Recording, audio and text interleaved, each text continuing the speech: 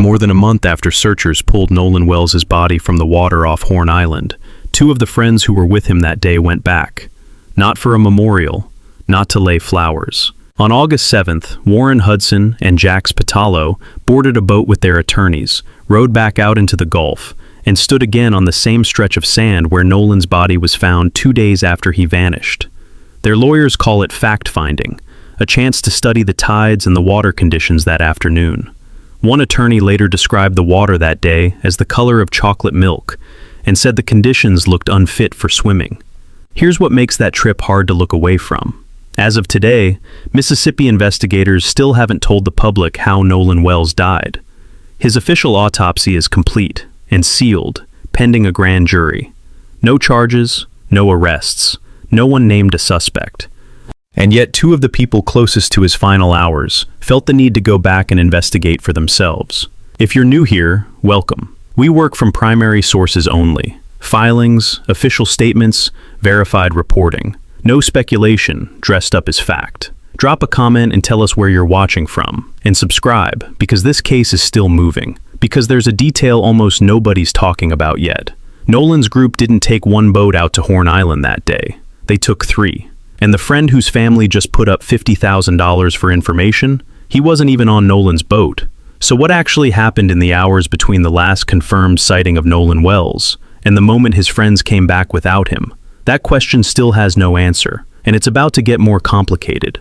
To understand why two friends felt the need to go back, it helps to understand what's actually been confirmed about that day and what still hasn't. According to GPS data obtained by CBS News from the Mississippi Department of Marine Resources, the boat carrying Nolan Wells left a dock in Ocean Springs at 9:56 that morning and reached Horn Island by 11:14. For the next 4 hours, by every account, it was an ordinary holiday. Swimming, music, a group of friends celebrating the 4th of July on a barrier island reachable only by boat.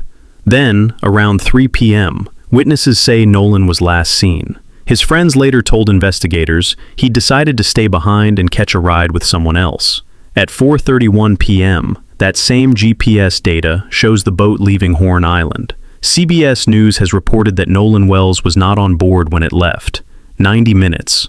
That's the gap between the last confirmed sighting of Nolan and the boat pulling away without him. 90 minutes on an island that, according to the National Park Service, has no shelter, no facilities, and no way to call for help. The boat's GPS trail continues afterward, back toward the mainland, into Fort Bayou by 5:52, back to the dock by 6:06, out again by 7:19. None of it explains what happened to Nolan in between. At some point that evening, someone aboard called a private towing company to report the boat was taking on water. Nolan's mother didn't hear anything until close to 11 p.m. His body was recovered from the water off Horn Island 2 days later. Here's where the story most people think they know gets more complicated. Nolan's group didn't travel to the island on one boat. They took 3. Warren Hudson, one of the friends whose attorneys are now fighting to control the narrative around this case, has said publicly he wasn't even on the boat Nolan arrived on. So when people talk about the friends who were with Nolan, the reality is messier than a single boat and a single account. Then, this month, new video surfaced. Footage reportedly filmed on Horn Island at 11:17 that morning, before the island got crowded, shows a boat called the Mac Daddy in the background. TMZ reported that boat closely resembles one seen in separate footage from later that afternoon, time-stamped 2:23 p.m., appearing to show a young man in swim trunks, matching what Nolan wore that day. Investigators have not confirmed either video shows Nolan, or that it's the same vessel. Online, it's already being treated as proof of something. It isn't. Not yet. That's exactly the trap the United Cajun Navy, the volunteer search and rescue group that helped in the original search for Nolan, tried to avoid when it released its own findings this month. 22 pages, built from tips, time-stamped photos, GPS coordinates, and witness statements submitted by the public. The group was careful to say the report doesn't point fingers or draw conclusions. What it does say is this: there is a material gap in the timeline between the last independently corroborated sighting of Nolan Wells and the moment the boat left without him at 4:31. And until that gap closes, the report's own authors say, any account that claims certainty about what happened in it goes further than the evidence allows. Nobody official has closed that gap. Not yet. So why now? After more than a month of silence, why did two of Nolan's closest friends choose this particular week to go back? According to their attorneys, part of the answer is a name: Edward Paltzik. He's the defamation lawyer, the same one who has represented President Trump in media fights against outlets like CBS and the BBC that Hudson, Patalo, and Seymour brought onto their legal team just days before the trip. Attorney Tyler Cox says Paltzik needed to see Horn Island for himself before he could properly represent the young men, so they took him. Cox describes two purposes for the visit. The practical one, showing Paltzik an area he calls the washing machine, where tides moving in opposite directions collide and churn the water. Paltzik told TMZ the water that day looked like chocolate milk, and that based on the tides, wind, and temperature he observed, conditions looked unsuitable for swimming. He said he believed those conditions were similar to what Nolan faced weeks earlier, though nobody has confirmed the water behaved the same way on both days. The second purpose, Cox says, was simpler: grief. He described Hudson and Patalo as an emotional wreck for the past month, said Nolan was like a brother to them, and said standing where they'd last seen him hit both young men hard enough that the group had to stop more than once to give them space. That's the explanation on the record. The timing is worth laying out plainly, too. This trip happened one day after the United Cajun Navy published its 22-page report identifying a material, unexplained gap in Nolan's timeline. It happened about a week after new video renewed public attention on the boats near Horn Island that afternoon. And it happened almost immediately after Paltzik joined the team and the attorneys announced they were now reviewing media coverage for statements they considered defamatory. None of that makes the grief Cox described any less real. But a single trip can serve more than one purpose: comforting two young men who say they haven't been able to mourn, while also gathering first-hand material for a legal team now actively pushing back on the public narrative. The attorneys haven't denied both things were true. They've simply emphasized one of them. And the water conditions theory itself isn't uncontested. Jackson County Coroner Bruce Lind has said the currents around the barrier islands are genuinely dangerous. There have been drownings out there for years, he said. But Ben Crump, the attorney representing Nolan's parents, has pushed back hard on the idea that Nolan drowned at all. Nolan took swimming lessons as a kid, Crump says. He was a college athlete in peak condition. He'd been to Horn Island before. So now there are two explanations competing in public, in real time, before a single official cause of death has been released. One says the water itself may hold the answer. The other says that explanation doesn't fit the person Nolan was. Both sides have something on the record behind them. Neither has been tested in front of a grand jury yet. While two friends were touring tide pools on Horn Island, the actual investigation was quietly reaching a milestone. As of the end of July, both the state's official autopsy and its toxicology report are complete. Multiple outlets have confirmed the results were sent to Jackson County District Attorney Angel Myers McElrath.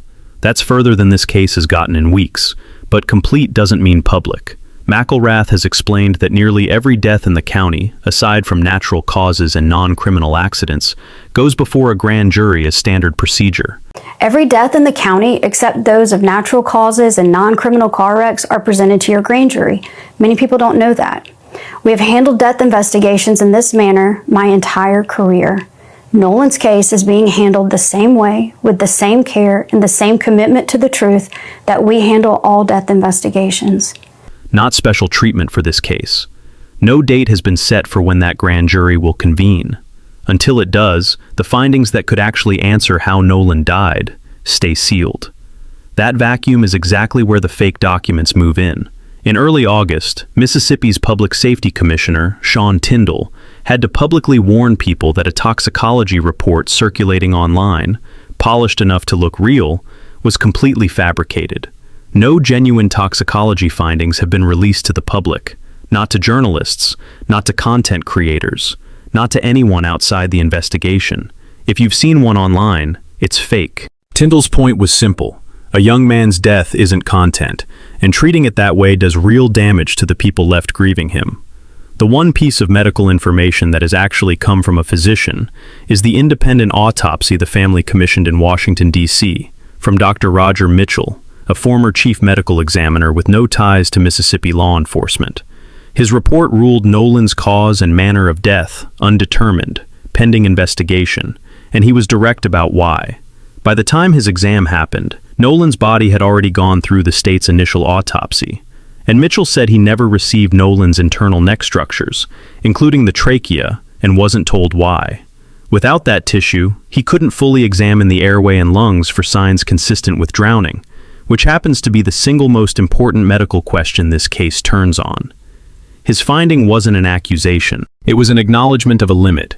The evidence, as it currently stands, cannot rule other factors out. It also can't confirm them. So that's where the official investigation actually stands. Not sealed forever, sealed until a grand jury, with no announced date, decides what the public is allowed to know. And into that silence, the internet keeps pouring theories and fabricated documents. It's not just theories filling that silence, though. Follow the money, and you'll see how large this case has actually grown. There's more of it, on more sides, than almost any case like this usually sees. At Nolan's funeral on July 20th, Reverend Al Sharpton pledged $50,000 for information leading to an arrest and conviction. Moments later, he told the room that filmmaker Tyler Perry had just texted him, offering to match it, bringing the total to $100,000. The next day, former NFL wide receiver Terrell Owens added $25,000 more. Separately, media mogul Byron Allen gave another $100,000 directly to the family's GoFundMe. That fund, started with a $40,000 goal the day Nolan's body was found, has since blown past its original targets entirely. Organizers raised the goal to $850,000, and by early August, donations had climbed past $800,000. Then a new name entered the reward pool, and it wasn't aligned with the family. Dr. Benjamin Hudson, Warren's father, offered to match Sharpton's $50,000, bringing the combined reward across both camps to $175,000. He told a Mississippi newspaper he made the offer because his own family had received thousands of death threats, and because he wanted the truth to come out as much as anyone. But Hudson didn't stop there. Around the same time, a separate fundraiser appeared online, this one to fund the young men's own legal defense. By early August, it had raised over $128,000 toward a $200,000 goal. In his own words on the campaign page, Hudson framed it as a matter of basic fairness, that mourning shouldn't have to compete with self-defense. But that's exactly the position he says these young men have been put in, accused and harassed online long before anyone was ever charged with anything. So now there are two separate crowd-funded movements running in parallel. One built to get justice for Nolan Wells, one built to defend young men that some corners of the internet have already convicted without a single charge being filed. Neither side is short on funding. What both sides are still short on is an actual answer. And into that gap steps another kind of currency: legal threats. At least one attorney tied to Wells's wider circle of friends has already sent a cease and desist letter to an online creator, accusing her of spreading false claims. Separately, the attorneys representing Hudson, Patalo, and Seymour have said they're reviewing media coverage for anything they consider defamatory and are prepared to pursue legal action of their own. None of that means anyone involved has done anything wrong. It means the fight over what gets said about this case in public is now being fought with lawyers, not just comment sections, and that fight is only getting started. Through all of this, the boats, the reports, the reward money, the lawyers on every side, there's one person who has been standing at the center of it since the very first night. Christine Wonsley hasn't had an easy week since July 4th, and even now, more than a month later, the pressure on her hasn't stopped. It's just changed shape. In early August, Christine learned that someone, anonymously, without ever putting a name to it, had filed a professional misconduct complaint against her nursing license with the Mississippi Board of Nursing. Her attorney, Ben Crump, didn't mince words. Someone was trying to intimidate a woman who had already lost everything into going quiet. Days later, the board closed the case without any discipline. Crump's message afterward was direct. Filing the complaint hadn't made the family's questions disappear, he said, and closing it hasn't answered them either. The one thing Christine still needs, some real account of what happened to her son, remains exactly as far away as it's always been.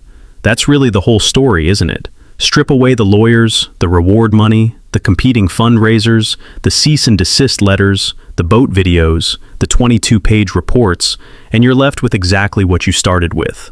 A mother who hasn't slept right since the 4th of July. A 90-minute gap on a barrier island that nobody can explain. A young woman whose name has never been made public and whose account has never been fully tested. 2 autopsies, one sealed, one unable to answer the question that matters most, both landing on the same word, undetermined. Nolan Wells was 18. He played football. He knew how to swim. He left for a holiday with people he called friends, and he never came home. Every development since, the return trip, the videos, the reports, the money, even a complaint against his own mother's nursing license, has added noise to this case. None of it, so far, has added an answer. If you want to see where this goes next, subscribe, because there's still a grand jury that hasn't convened, and a family that isn't going anywhere until it does.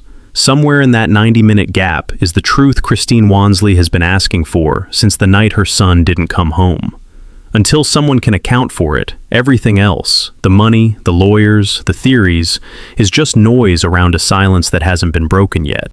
Nolan Wells was an 18-year-old black teenager who, on 4th of July, was celebrating with his friends, and he went out on Horn Island. He went with his 3 other friends, at least what we have in the photograph, and they were young white teenagers. He was the only black teenager. And somehow they all came back home safely on the 4th of July, but Nolan Wells did not come home. His mother, their families announced that he was missing. They were, out of their mind with concern. And then his body was found washed up on shore 2 days later, face down, dead.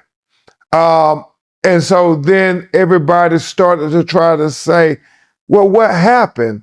When you look at the videos, there were 300, 400 people out there. And what we've been saying, somebody knows something, somebody saw something. There was a young lady named Katie who said that,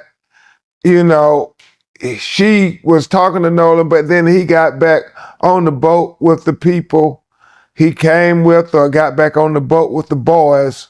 And the boys who were on the boat with him said, Nolan said he was going to stay behind with Katie, and that he was not going to go back with them. One of the things that has been bewildering is the fact that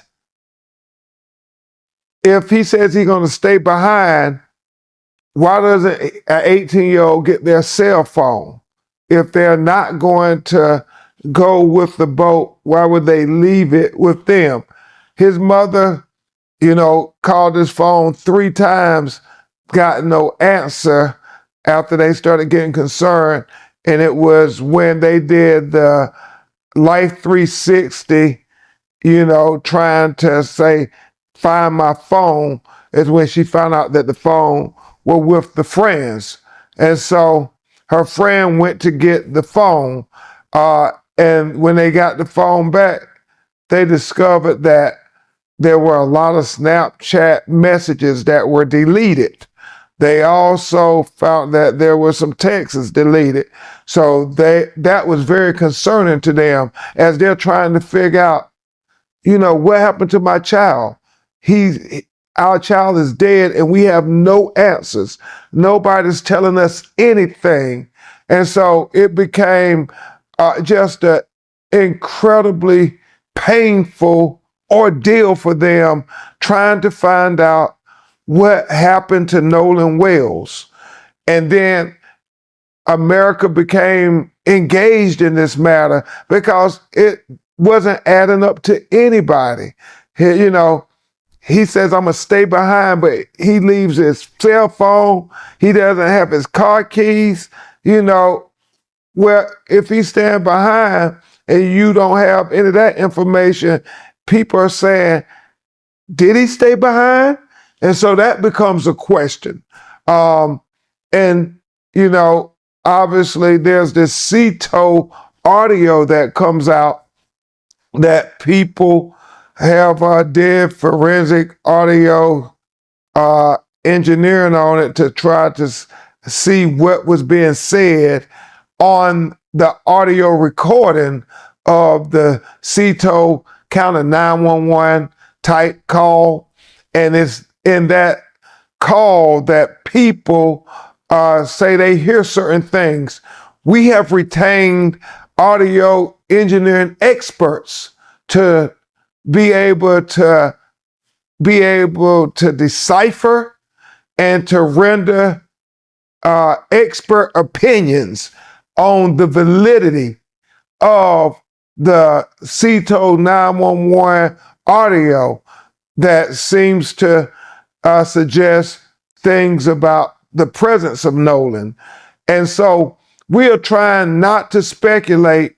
We're trying to investigate, but we are asking questions that don't add up to us. And that's what everybody's been doing, because everybody says, how can this 18-year-old college football player who's in tip-top shape just go missing and nobody knows anything? Nobody's seen anything.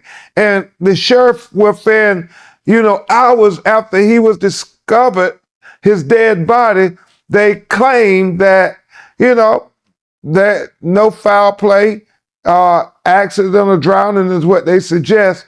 And his family are saying, we can't accept that when you make that conclusion without doing no investigations. And so what they want is a full, impartial, fair investigation into what happened to Nolan Wells. In our community, we see people investigate it very zealously. And so we want the same thing for our children. We want them to zealously investigate this matter, just as if they would if the roles were reversed.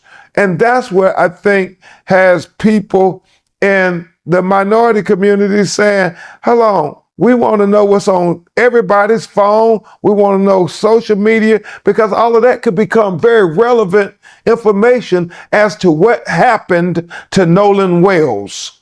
Correct me if I'm wrong, but the woman that Nolan was hanging out with when he was at the island, Katie, her sister, Gracie, came out and said that Nolan intended to go back to the mainland with his friends, right? Yeah, there seems to be a conflict in what they're saying. They said he stayed with the young lady. The young lady said, no, he got back on the boat.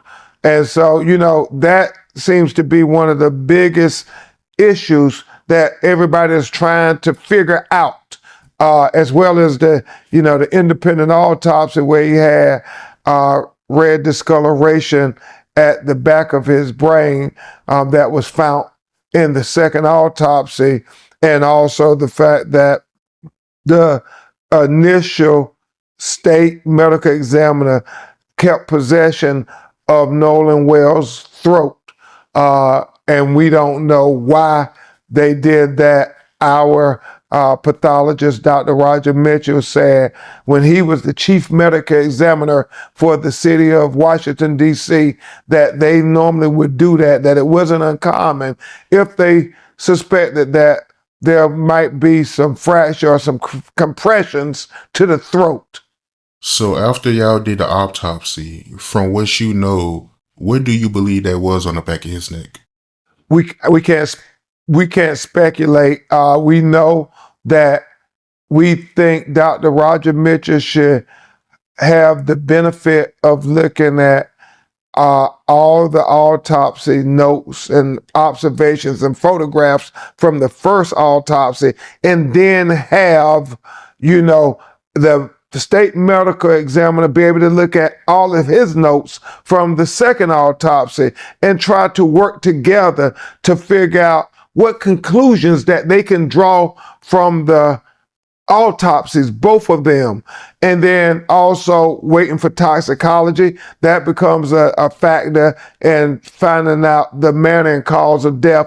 But Dr. Mitchell said, and this is a very, very important, he said, if it's a drowning, then that still doesn't answer the whole question of what happened to Nolan Wells, because he said then there are questions about, was Nolan Wells' condition of his body conscious or unconscious when he went into the water? Furthermore, he said, did he go into the water unforced or forced? He said all those things become factors.